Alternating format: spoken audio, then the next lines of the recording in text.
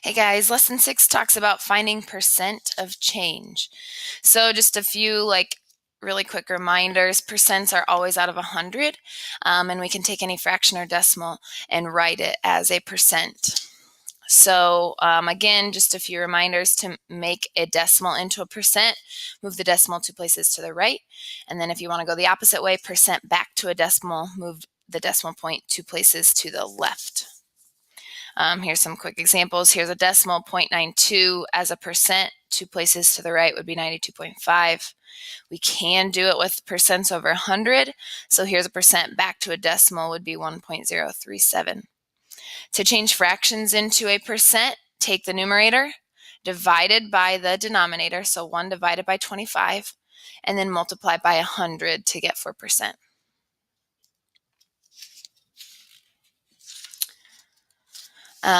So I would like you guys to write 7/8 as a percent.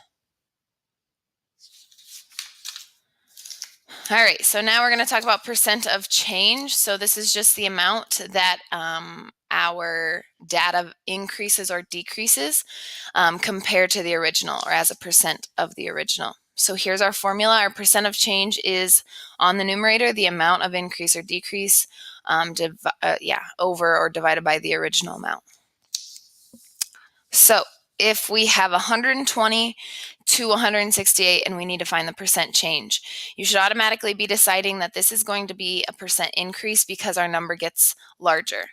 So we know it's going to be an increase. Then to find our amount of change, we take our new number minus our original. So 168 minus 120. And then the denominator is our original, which is 120. Okay, simplifying, you get 48 over 120, which is 0.4. That is a decimal, so our percent is a 40% increase. Okay, here is a decrease. We see that we go from 6 to 5.1, so we're going down. Again, to find your percent change, you can do this a couple different ways. Originally, I had told you do your new amount minus your original. Okay, I did the original minus the new amount. It gets you the same thing. The only difference if you flip these numbers is that that number would be negative. And that negative just tells you a decrease, but I've already decided or noticed that it's a decrease, so you can do the larger number minus the smaller number is fine. Okay, so you get 0.9 over 6. As a decimal is 0.15, which we know is 15%. And again, that's a decrease. I'd like you guys to find the percent of change from 50 to 12. And make sure to tell me whether it's increase or decrease. Okay, sometimes we'll be asked percent of change questions in a different way. So you could be asked something similar to this. What's the new amount when 58 is decreased by 70%? So we know that 58 will be smaller. We also know that we have to find 70% of 58.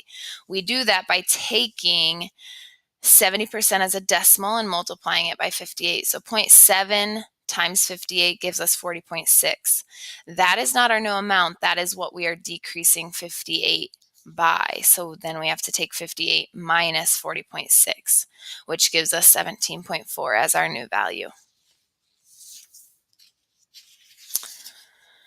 Okay, you can also increase by certain percentages. So this deals with a percentage over 100%. So our new amount, when 620 is increased by 350%, again, change your percent into a decimal before you multiply.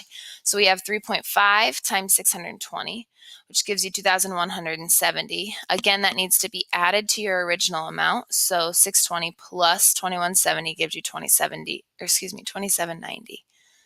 And that would be your new amount. So you guys, please tell me, what's the new amount when 700 is increased by 3%?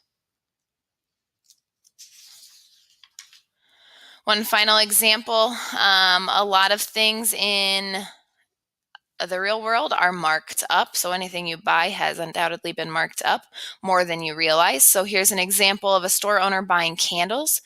The store owner marks up these candles 400%. So the owner buys a candle for $3.15, and we want to figure out how much would we pay for the candle. So we're going to take $3.15 times 4, because 400 as a decimal is 4. That gives us 1260. But again, that's our markup value, so we have to take 315 plus 1260, which is where we get the 1575.